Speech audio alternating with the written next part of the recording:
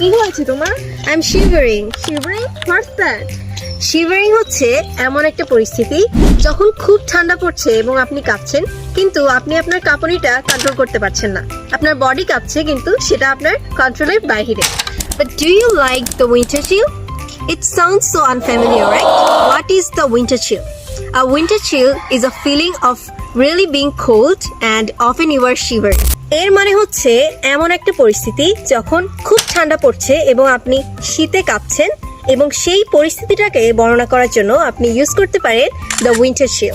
শীতকালে সবচেয়ে বেশি যে টাইমটাতে ঠান্ডা পড়ে, সেই সময়ে আপনি কোন এক্সপ্রেশন দ্বারা সেই শীতটাকে বা সেই ঠান্ডাটাকে প্রকাশ করতে পারেন?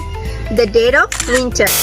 This idiom means to be in the middle of the winter when it is the darkest as well as coldest period of the year.